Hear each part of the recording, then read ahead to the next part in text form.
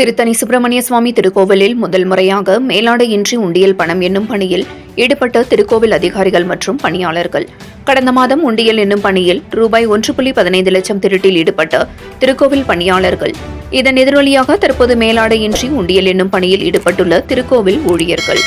திருத்தணி சுப்பிரமணிய சுவாமி திருக்கோவில் முருகப்பெருமானின் பிரசித்தி பெற்ற 5ஆம் படை திருக்கோவிலாகும். இந்த திருக்கோவில் கடந்த மாதம் உண்டியல் பணம் என்னும் பொழுது 2 திருக்கோவில் பணியாளர்கள் ரூபாய் 1.15 லட்சம் பணத்தை திருடிவிட்டனர். அவர்கள் காவல் நிலையத்தில் கைது செய்யப்பட்டு தற்போது சிறையில் உள்ளனர்.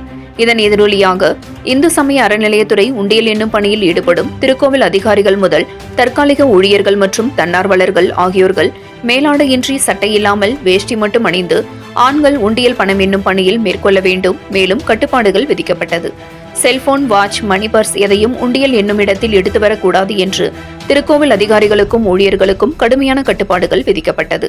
அதனை நிறைவேற்றி இதன்படி இன்று உண்டியல் பணம் என்னும் பணியில் ஊழியர்கள் ஈடுபட்டுள்ளனர்.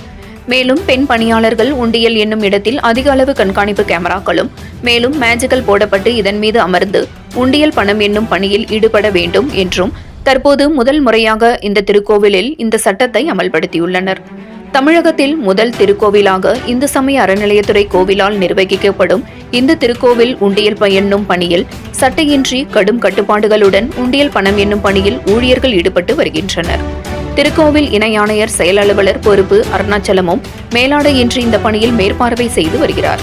தமிழகத்தில் திருச்செந்தூர் திருக்கோவிலில் மட்டும்தான் மேலாடையின்றி ஆமகம் விதிப்படி கட்டுப்பாடுகளுடன் உண்டியல் என்னும் பணியினை மேற்கொள்வார்கள்.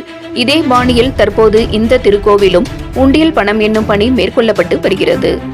7 Green News செய்திகளுக்காக திருத்தணி செய்தியாளர் மணிகண்டன்.